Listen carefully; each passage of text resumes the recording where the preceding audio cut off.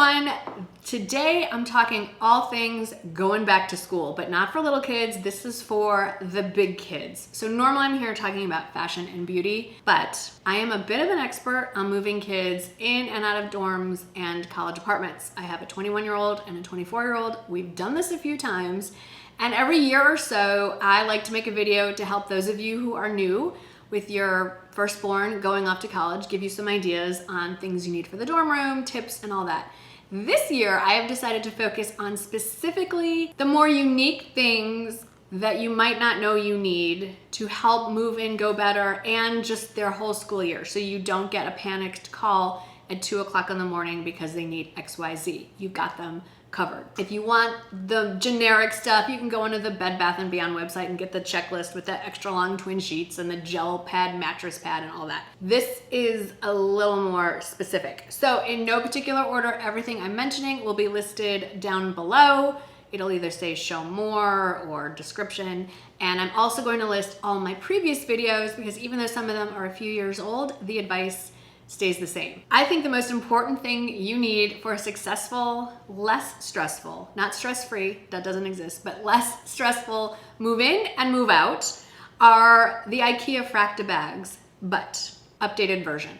So for years I've been recommending the Ikea Fracta bags. They're these giant tote bags. They're like duffel bags. They're huge. They're made out of a tarp-like fabric. I have a bunch stacked in my closet. I don't want to take them out. They're so loud. You can fit everything, towels, sheets, all the bedding, all the like miscellaneous items, throw in your clothing. You can take them home and store your holiday decorations and out of season clothes in them. But we loved packing up our kids in them and leaving them there because you can smush them flat, shove them under their bed, and then when it's time for move out in the summer, you're good to go.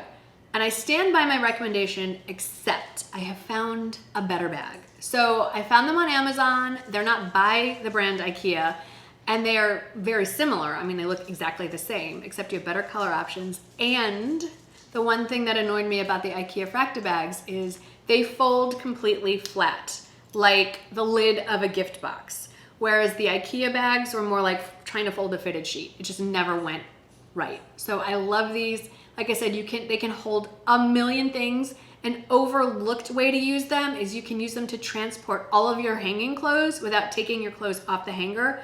The bag opens really wide across the top and the side. So you lay your hanging clothes in on the hanger flat, zip up the long way, and then the hanger part sticks out the side. You can just carry that tote bag in.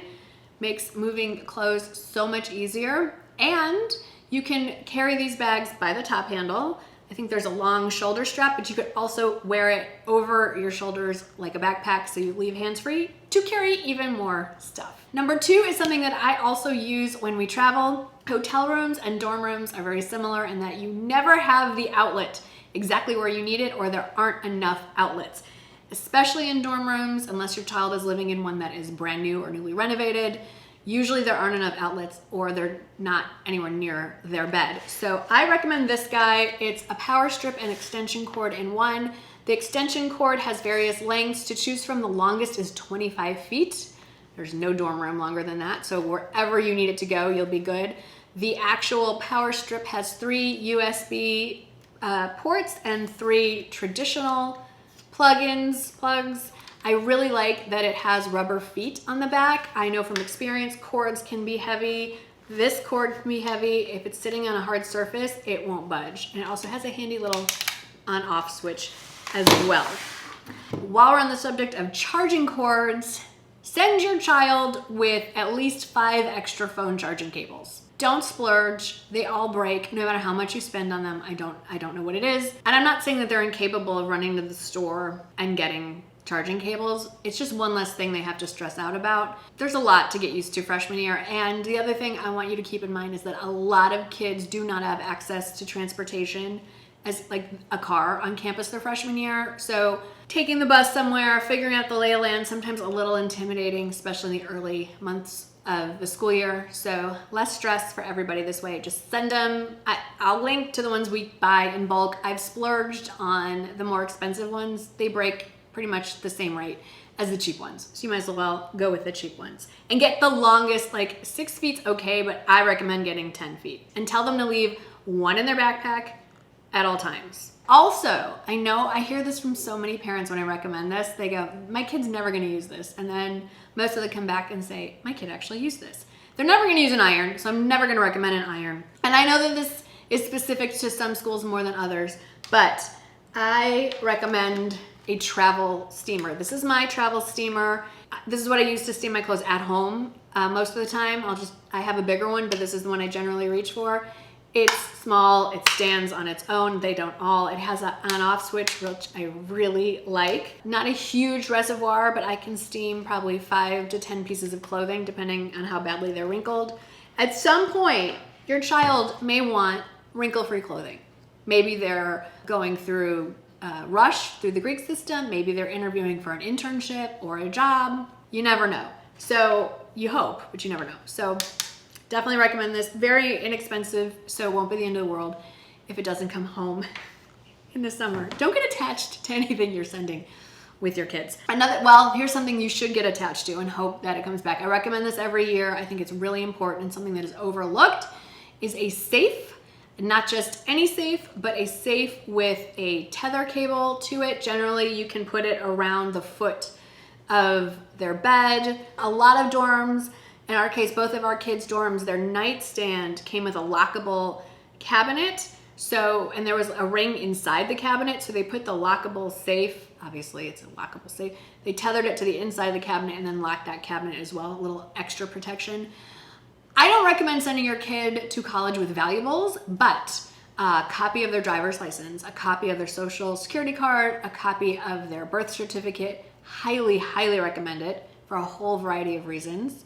Also a copy of medical power of attorney, HIPAA releases. They're 18, I'm assuming, if they're off to college.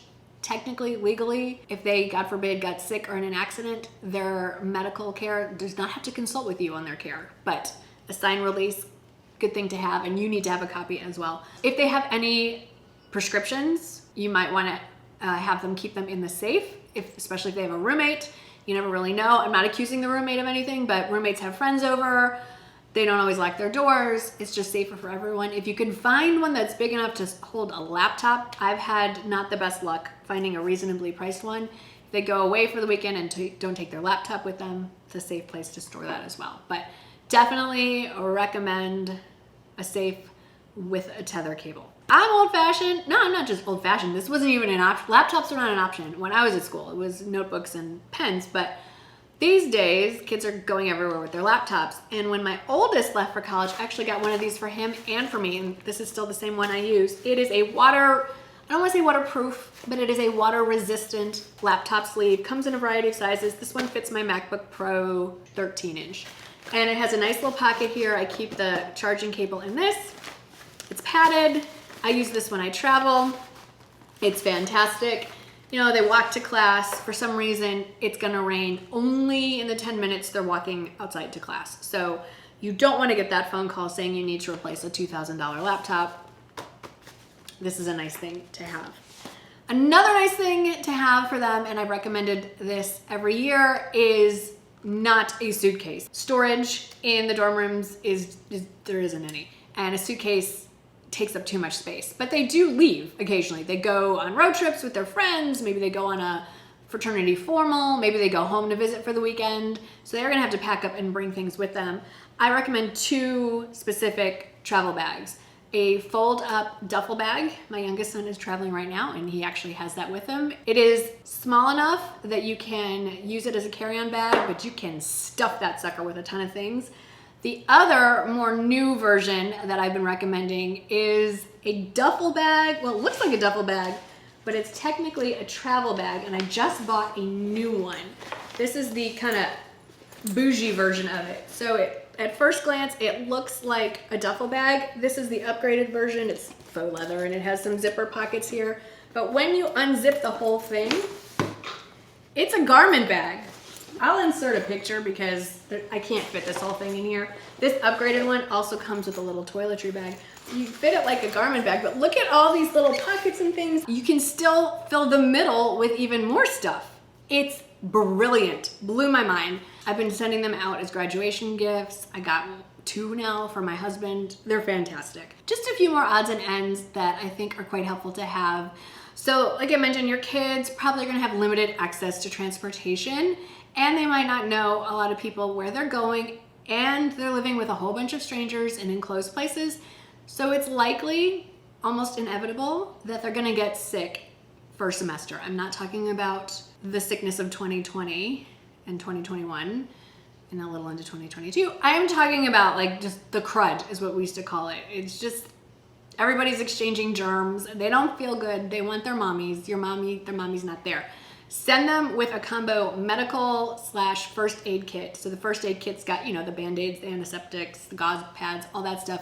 The medical side, this is the stuff they're gonna really need, like antihistamine, stuff for sore throats, headaches, allergies. Allergies are a big one.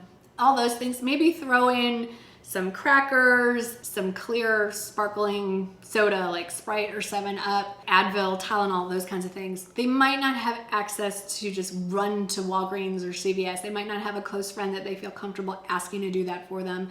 They inevitably will get sick when the clinic on campus is closed. It's just nice to have those things on hand. It's something that we take for granted living in our own homes. When we get sick, my medicine cabinet of stuff is back there. I can just walk into my kitchen and grab, you know, a Claritin and some Advil and I'm good, but it's not always the case when you're living in a dorm. And like I mentioned before, whether or not your child goes away to school or is living in your house, when they turn 18, you are no longer technically allowed to make medical decisions for them. They're an adult legally. So you do need a medical directive. I highly recommend getting that. There's forms that you can find online specific to your state and to the state where they're going, so look into that.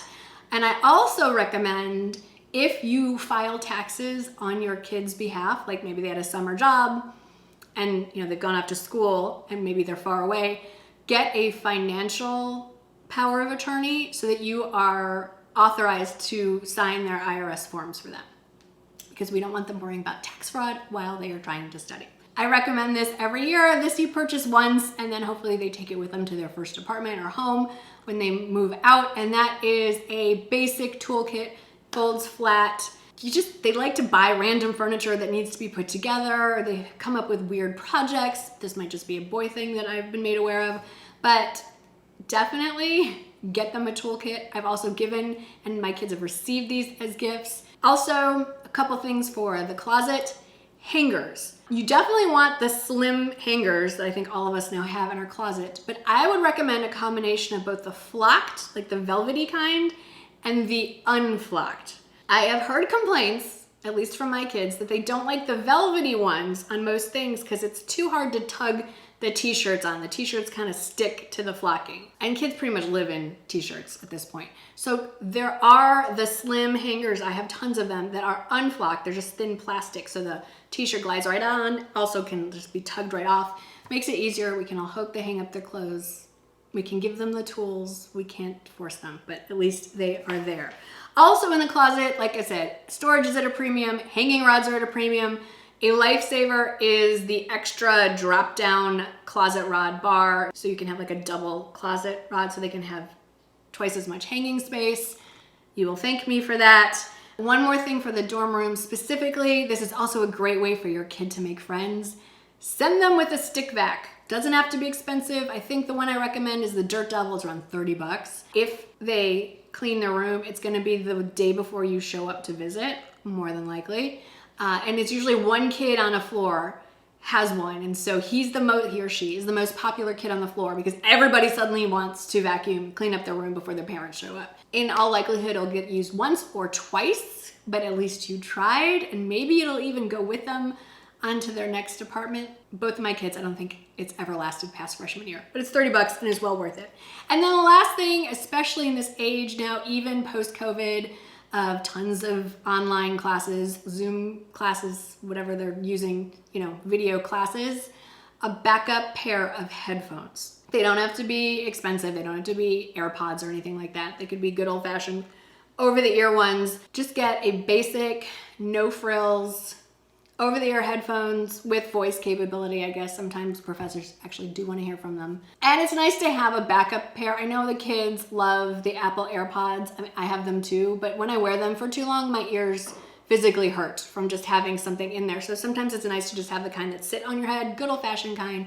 So I'll link to a couple options down below. So those are the top tips that I think you need to get through your first year of being a college parent. If I've left anything out, or if you have any personal advice to give to those who may be watching, please leave those comments down below. If you have any questions, feel free to ask them. They don't have to be directed to me. We can all kind of pitch in. Like, think of this as like a Facebook parents group, except we're on YouTube on my channel, because we're here to help each other out. Anyway, thanks for hanging out. Good luck with the upcoming school year, and I'll see you in the next one.